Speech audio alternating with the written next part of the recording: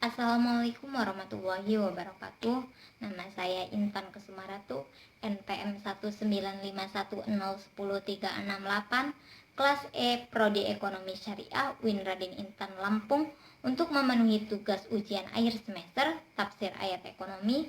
Di sini saya akan menjelaskan asbabun nuzul surat Al-Baqarah ayat 275.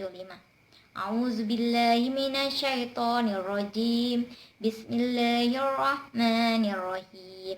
Allazina yaquluna riba la yaqumunna illa kama yaqumul ladzi yatakhabbatuhu syaitanu minal mas.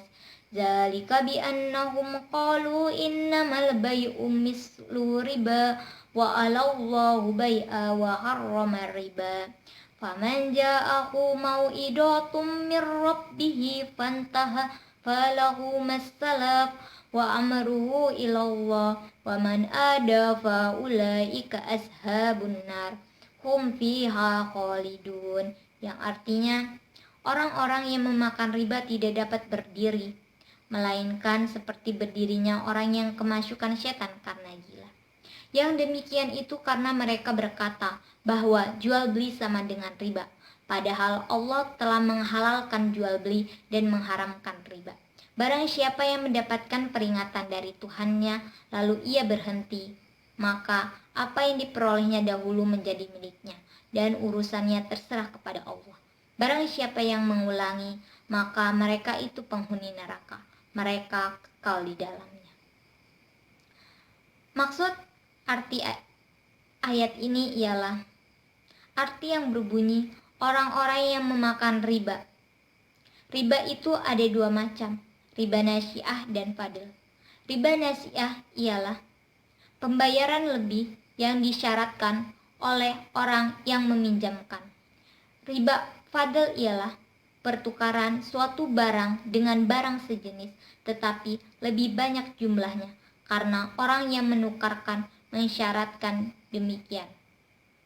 Seperti pertukaran padi dengan padi, pertukaran logam dengan logam, dan sebagainya. Riba yang dimaksud dalam ayat ini ialah riba nasi'ah yang berlipat ganda, yang umum terjadi pada masyarakat Arab zaman jahiliyah. Arti yang berbunyi tidak dapat berdiri, melainkan seperti berdirinya orang yang kemasukan setan karena gila.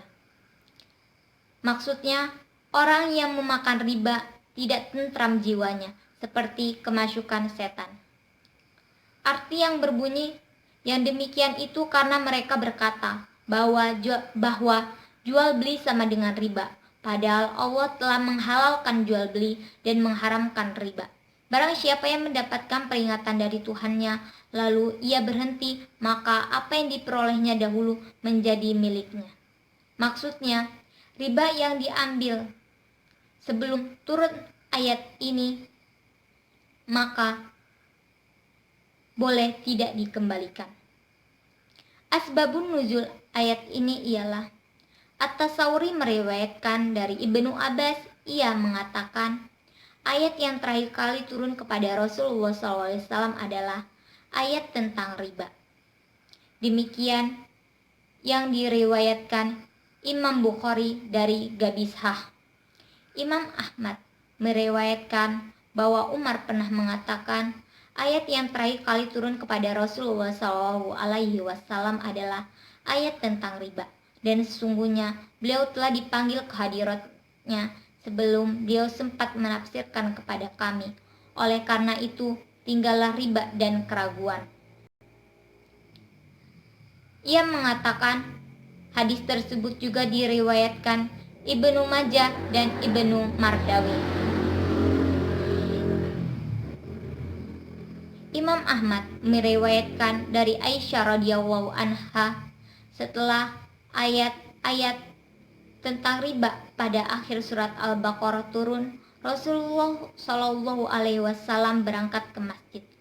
Lalu beliau membacakan ayat-ayat tersebut. Selanjutnya beliau mengharamkan perdagangan khamr.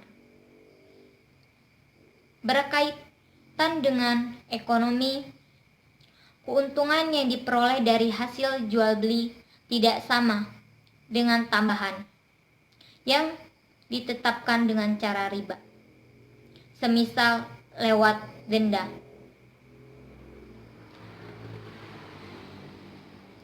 Allah Subhanahu wa Ta'ala telah menghalalkan jual beli, berarti menghalalkan pula pengambilan keuntungan dari hasil jual beli.